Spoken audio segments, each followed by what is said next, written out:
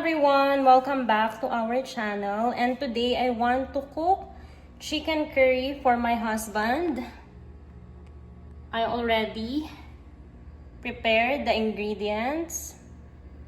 So guys, I have here 2 large chicken legs for sauteing, carrots and potatoes, coconut milk, we got it from Filipino grocery store here, and of course the curry powder.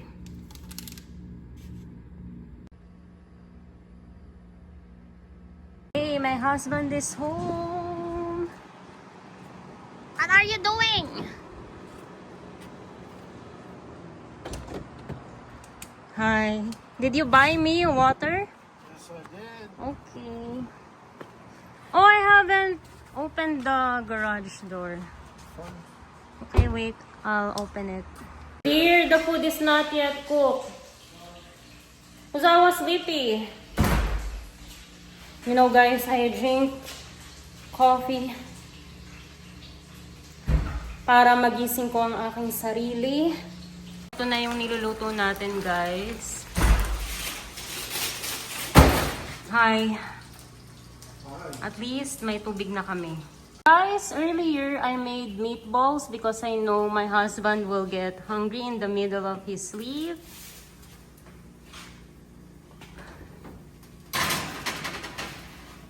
Thank you, dear. I'm going to make a sauce for that.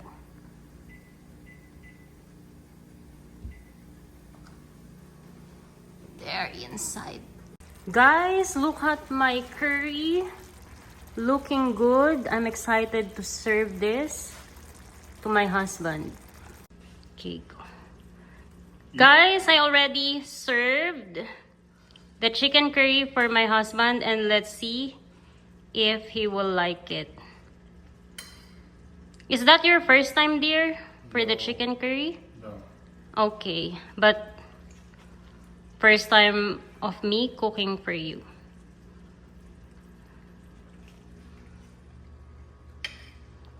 Very good.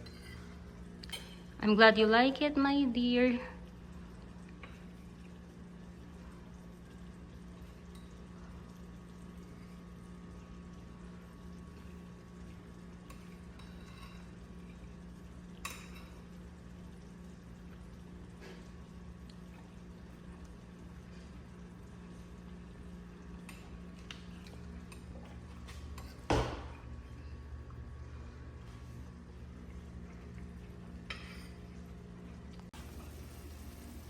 You think that's cooked, dear? Yes, it is.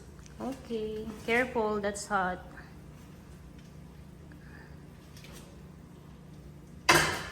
Okay. Thank you, dear.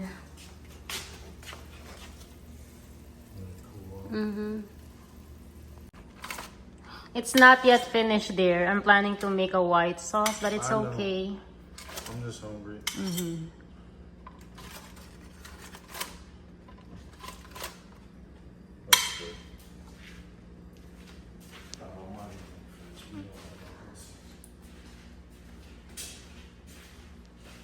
How is it?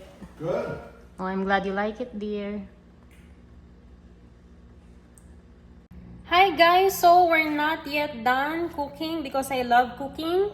Now I'm going to make a white sauce for the meatballs.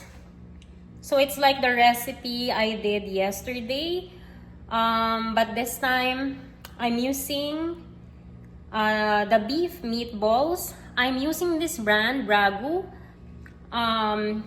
Nabibili to guys sa Walmart, sa American market. Dati naghahanap ako ng Alaska all-purpose cream dito. Pero wala akong makita guys. So yan ang ginagamit ko, nabibili yan sa Walmart, American grocery. So tatawagin na lang nating meatballs a la king itong recipe na to. Ayan yung ingredients guys. Kaya ako nagluluto uli guys kasi in the middle of the night yung asawa ko nagugutom yan.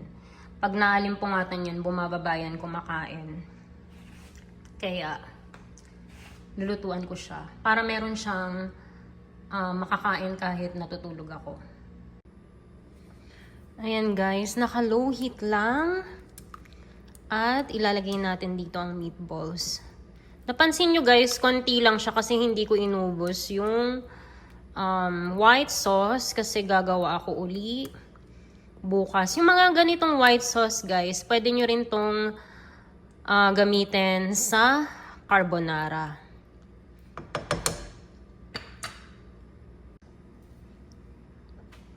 Ayan. Naka-low heat siya guys. Ilalagay na natin yung meatballs.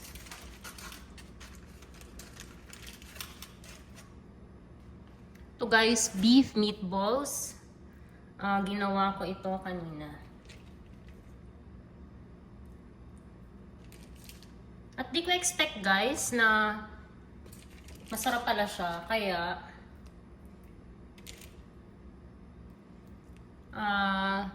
gagawa ako uli ng meatballs bukas.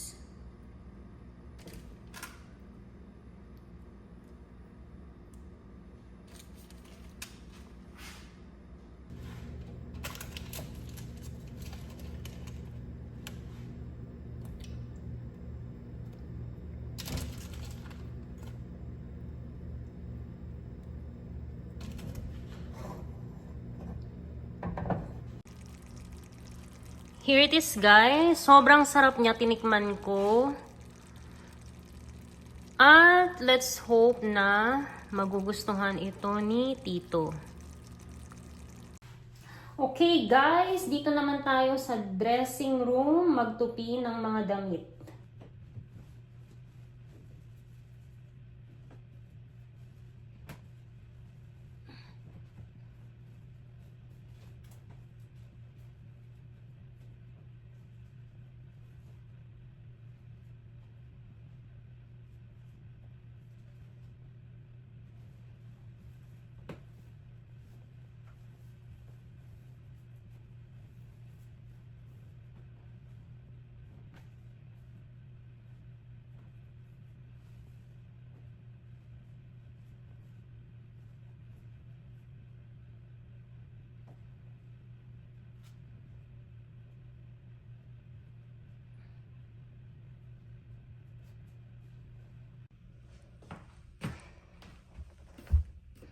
Ayan guys, medyo maayos na siya. Yan lang yung nakayanan natin.